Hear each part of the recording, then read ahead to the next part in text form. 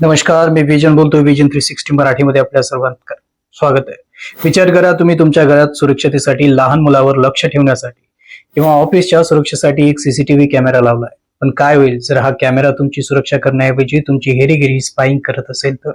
काय होईल जर तुमच्या बेडरूम मधील, तुमच्या दुकानातील किंवा देशाच्या महत्वाच्या सरकारी कार्यालयातील खासगी फुटेज थेट दुसऱ्या देशाच्या म्हणजे चीनच्या सर्व्हर मध्ये सेव्ह होत असेल तर?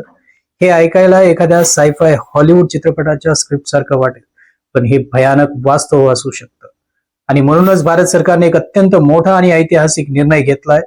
1 एप्रिल 2026 पासून भारतात चीनी सीसीटीव्ही कॅमेऱ्यावर बंदी घातली जाणार आहे. हिकविजन, दाहुआ, टीपी लिंक यासारख्या मोठ्या कंपनी ज्यांचे कॅमेरे कदाचित आता या क्षणी तुमच्याही घरात किंवा सोसायटीत लागलेले असतील, त्यांच्यासाठी आता भारताचे दरवाजे बंद होणार आहेत. पण हा निर्णय अचानक का घेण्यात आला, यामागे कोणतं मोठं जागतिक राजकारण आहे? चीनचा तो कोणता कायदा ज्यामुळे संपूर्ण जग त्यांच्या टेक्नॉलॉजीला घाबरत आहे? चीन या निर्णयामुळे इतका का भडकला आहे? आणि सर्वात महत्वाचा प्रश्न, तुमचे आधीच लागलेले जुने कॅमेरे आता चालणार की नाही? आजच्या या व्हिडिओमध्ये आपण याचं सर्व प्रश्नाची उत्तरे शोधणार आहोत. फॅक्ट्स, डेटा आणि पुराव्यासह समजून घेणार आहोत या डिजिटल सर्जिकल स्ट्राईकची संपूर्ण कहाणी. चला सुरू करूया. मार्केटवर चीनचा ताबा. मित्रांनो, जेव्हा आपण बाजारात सीसीटीव्ही कॅमेरा घ्यायला जातो तेव्हा आपण काय बघतो? कॅमेऱ्याची क्वालिटी, नाईट विजन आणि सर्वात महत्वाचं म्हणजे किंमत. इथेच चीनी कंपन्या बाजी मारतात. हिकविजन आणि दाहुआ या कंपन्या जगातील सर्वात मोठ्या सर्व्हेलन्स कंपन्या आहेत. जगभरातील सीसीटीव्ही मार्केटमध्ये यांचा वाटा प्रचंड आहे. भारतातही या कंपन्यांनी अत्यंत स्वस्त दरात आपले कॅमेरे विकून मार्केट काबीज केले होते. तुम्ही कोणत्याही दुकानात गेलात तर तुम्हाला हेच ब्रँड दिसतील. पण प्रश्न हा आहे की हे कॅमेरे इतके स्वस्त कसे मिळतात? उत्तर आहे चायनीज सरकारची प्रचंड सबसिडी आणि त्यांचा एक छुपा हेतू.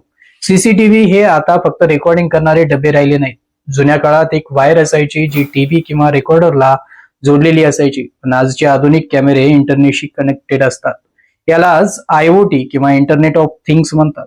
ते क्लाउड स्टोरेजवर डेटा अपलोड करतात. तुम्ही जगात कुठेही बसून तुमच्या मोबाईल ऍपवर तुमचे घरचे किंवा ऑफिसचे लाईव्ह फुटेज पाहू शकता. ही सुविधा जितकी सोयीस्कर आहे तितकीच ती भयंकर सुद्धा आहे. कारण जर तुम्ही तो कॅमेरा इंटरनेटद्वारे ऍक्सेस करू शकता तर हॅकर्स किंवा कॅमेरा बनवणारी कंपनी तो ऍक्सेस करू शकणार नाही. याची काय गॅरंटी? आता तुम्ही म्हणाल, प्रायव्हेट कंपन्या डेटा का चोरतील? त्याचा तर बिझनेस आहे, प्रायव्हसी महत्वाची नाही का? मित्रांनो, सामान्य लोकशाही देशामध्ये हे खरं आहे, पण चीनमध्ये तसं नाहीये. 2017 मध्ये चीनने एक कायदा पास केला, नॅशनल इंटेलिजन्स लॉ. या कायद्याचे आर्टिकल क्रमांक 7 अतिशय स्पष्टपणे सांगते की कोणतीही संस्था आणि नागरिक राष्ट्रीय गुप्तचर कार्यास कायद्यानुसार समर्थन, मदत आणि सहकार्य करतील. सोप्या भाषेत सांगायचे तर जर चीनच्या सरकारने हिकविजन किंवा दाहुआ किंवा टीपी लिंकला आदेश दिला की आम्हाला भारतातील अमुक ठिकाणच्या किंवा अमुक एका व्यक्तीचा डेटा हवा आहे, तर या कंपन्या नाही म्हणू शकत नाहीत. त्यांना तो डेटा सरकारला द्यावाच लागेल. त्यांच्याकडे कोणताही कायदेशीर पर्याय उरत नाही. म्हणजे तुमचे घरकुलचे फुटेज किंवा भारताच्या रस्त्यावरील गाड्यांच्या हालचाली थेट बीजिंग मध्ये पोहोचू शकतात. हीच ती गोष्ट आहे ज्यामुळे अमेरिका, ब्रिटन आणि ऑस्ट्रेलिया या देशांनी आधीच आपल्या देशात चीनी कॅमेऱ्यावर कडक बंदी घातली आहे. फक्त कायद्याचा प्रश्न नाही, तर कॅमेऱ्यामध्ये तांत्रिक कमतरता सुद्धा अनेकदा आढळून आल्या आहेत. काही वर्षापूर्वी सायबर सिक्युरिटी तज्ञांचा चीनी कॅमेऱ्याच्या सॉफ्टवेअरमध्ये असे अनेक बग्स किंवा बॅकडोर सापडले होते ज्याद्वारे अगदी हॅकर्स सहजपणे त्या कॅमेऱ्याचा ताबा घेऊ शकत होते. कल्पना करा, भारताच्या एखाद्या महत्वाच्या विमानतळावर, रेल्वे स्टेशनवर किंवा अगदी संरक्षण मंत्रालयाच्या कार्यालयात चीनी कॅमेरा लागलेले आहे आणि तिकडे सर्व लाईव्ह फीड चीनच्या सर्व्हरवर जात आहे. हा देशाच्या सुरक्षतेसाठी किती मोठा धोका आहे. यालाच क्रिटिकल इन्फ्रास्ट्रक्चर म्हणतात. जर शत्रू देशाला आपल्या देशाच्या महत्वाच्या हालचालीवर गर्भस्थ नजर ठेवता आली तर युद्धाची गरजच काय? आणि म्हणूनच भारत सरकारने हा मोठा निर्णय घेतला आहे. 1 एप्रिल 2026 पासून सरकार नवीन पब्लिक प्रोसिक्युरमेंट नियम लागू करत आहे. यामध्ये एक अतिशय महत्वाची अट टाकण्यात आली आहे, standardization, testing and quality certification. कोणत्याही सीसीटीव्ही ब्रँडला भारतात आपला माल विकायचा असेल तर त्यांना STQC कडून सुरक्षेचे प्रमाणपत्र घ्यावे लागेल. आणि इथेच भारत सरकारने चीनी कंपन्यांची बरोबर कोंडी केली आहे. नव्या नियमानुसार ज्या कॅमेरामध्ये चीनी चिपसेट किंवा चीनशी संबंधित सॉफ्टवेअर असेल त्यांना हे सर्टिफिकेशन मिळणे जवळपास अशक्य आहे, कारण ते देशाच्या सुरक्षेसाठी धोकादायक, ज्याला आपण सिक्युरिटी रिस्क मानले जातील. म्हणजे सरकारने थेट आम्ही चीनला बॅन करत आहोत असे नाव घेऊन बॅन केले नसले तरी सुरक्षेच्या नियमाची अशी भिंत उभी केली आहे की चीनी कंपन्यांना भारतात कॅमेरे विकणे कठीण होऊन जाईल. विशेषतः सरकारी कार्यालय आणि क्रिटिकल इन्फ्रास्ट्रक्चरची तर ते पूर्णपणे बॅन असते. मित्रांनो, जेव्हा हा निर्णय समोर आला तेव्हा चीनची प्रतिक्रिया बघण्यासारखी होती. चीनने सरकारी वृत्तपत्र, ग्लोबल टाइम्स आणि त्यांचे तथाकथित तज्ज्ञ अक्षरशः भडकले आहेत. त्यांचं म्हणणं आहे, ते म्हणतात की भारत मुद्दाम ट्रेड वॉर करत आहे, भारत सुरक्षेच्या नावाखाली चीनच्या कंपन्यांना टार्गेट करत आहे. पण सत्य काय आहे? सत्य हे आहे की भारत फक्त स्वतःच्या देशाचे रक्षण करत आहे. जेव्हा अमेरिकेने त्यांच्या कॅमेऱ्यावर बॅन लावला तेव्हा चीनने हे मान्य केले नाही. जेव्हा ऑस्ट्रेलियाने त्यांच्या संरक्षण विभागातून चीनी कॅमेरे हटवले तेव्हाही चीनने असाच आकडा तांडव केला होता. आणि आता भारत तेच करत आहे जे जगातील इतर प्रगत आणि सुरक्षित देश करत आहेत. तुम्हाला आठवत असेल, भारताने 2020 मध्ये टिकटॉक, पबजी आणि इतर चीनी ऍप्स बॅन केले होते. तेव्हाही चीन असाच भडकला होता. त्यानंतर 5G नेटवर्क मधून ह्युआई आणि ZTE ला बाहेर काढण्यात आलं. आणि आता हा डिजिटल सर्जिकल स्ट्राईक. पार्ट 3 आहे सीसीटीव्ही बॅन.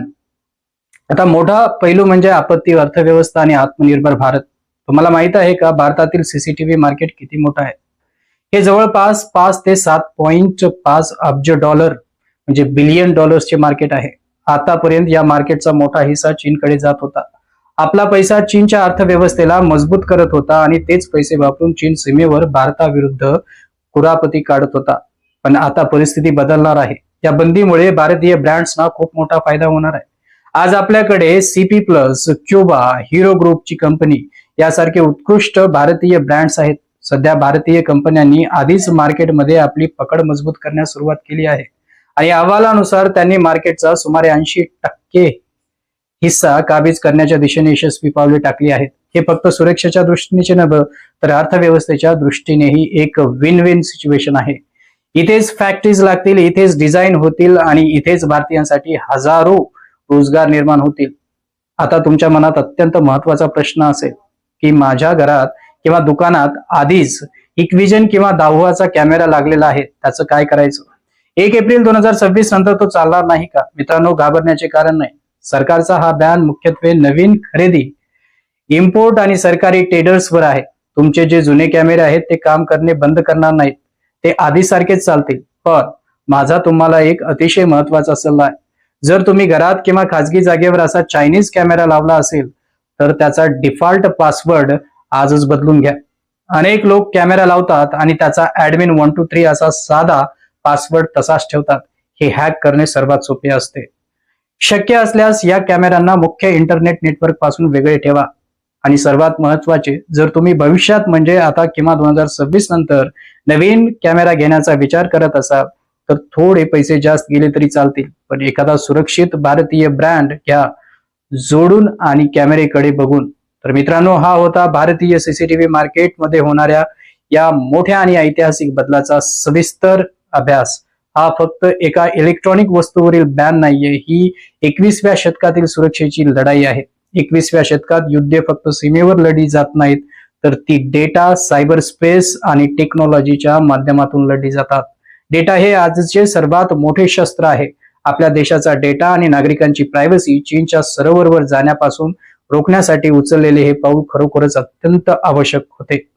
तुमच्या घरात सध्या कोणत्या कंपनीचा कॅमेरा लागलेला आहे? तुम्ही तो कधी चेक केला आहे? मला खात्री आहे कमेंट्स मध्ये नक्की सांगाल. जर तुम्हाला या व्हिडिओमधून काही नवीन महत्वाची माहिती मिळाली असेल तर हा व्हिडिओ तुमच्या मित्रांसोबत, कुटुंबासोबत आणि व्हॉट्सअप ग्रुपवर नक्की शेअर करा, जेणेकरून सर्वांना या धोक्याची जाणीव होईल. अशाच माहितीपूर्ण व्हिडिओसाठी आणि डेटा आधारित आणि फॅक्ट चेक केलेल्या व्हिडिओसाठी चॅनलला नवीन जर असाल तर सबस्क्राईब करून घ्या. तोपर्यंत भेटूया पुढच्या व्हिडिओमध्ये. जय हिंद, जय महाराष्ट्र. काळजी घ्या, सुरक्षित राहा, जागरूक राहा.